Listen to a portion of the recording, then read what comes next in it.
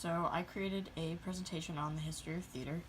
We started with the Greeks. They kind of laid out all the construction work for what every other era was going to develop into. They had Aristotle who set out the six elements, and they started to focus on like different types of plays such as tragedies, comedies, melodramas. The Greeks really saw theater as a social event, and I kind of relate that nowadays back to sports and how we have like Super Bowl parties and like football Sunday parties because that's just a social event to Americans. Next, we had Rome, and the Romans really took after the Greeks. They started to incorporate some sports though, like in the Colosseum, which I actually visited this summer. It was really awesome. It was just a big oval of for like plays or chariot racing, gladiator combats, and other stuff. Then we move into medieval theater.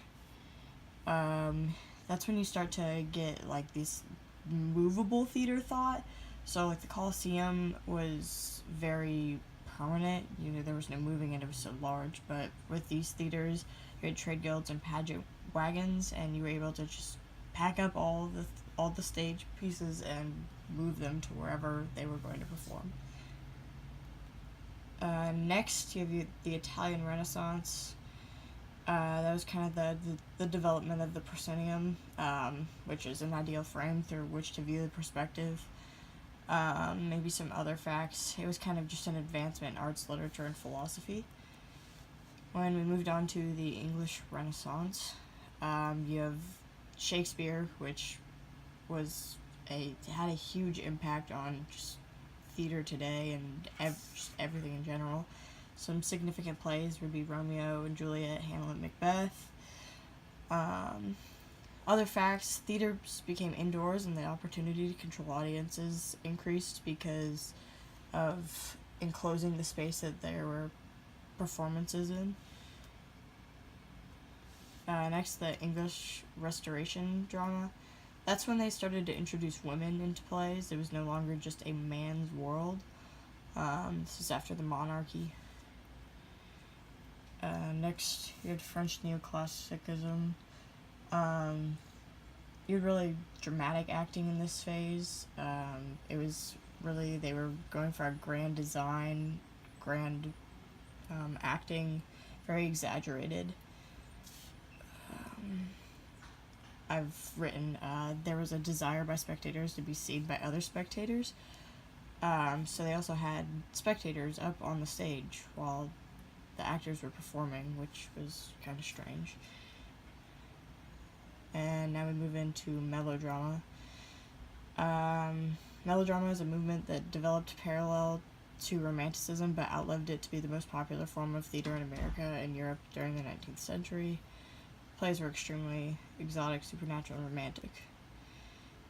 Realism, that was kind of when you were moving stage to screen, which kind of moves into today. How we've taken our idea of theater is now taken as something more digital, something like movies or short films. It's not really we go and watch these actors perform anymore. And kind of tying in my paper down or into like some of the eras, I really wanted to focus on specifically how the Greeks, like tying it back to like they started everything, how the plays were a social event. When we compare our theaters today, it's you go in and you sit down and you turn your phone off and you're quiet and you aren't really supposed to display your emotions. Well, the Greeks kind of had fun with it, and I think that's an aspect that should be brought back. That's just custom to older theater, but I think it'd play a huge factor in today's society and how we view plays. Personally, I think they're not respected as much as they should be, and that would play a big factor into it.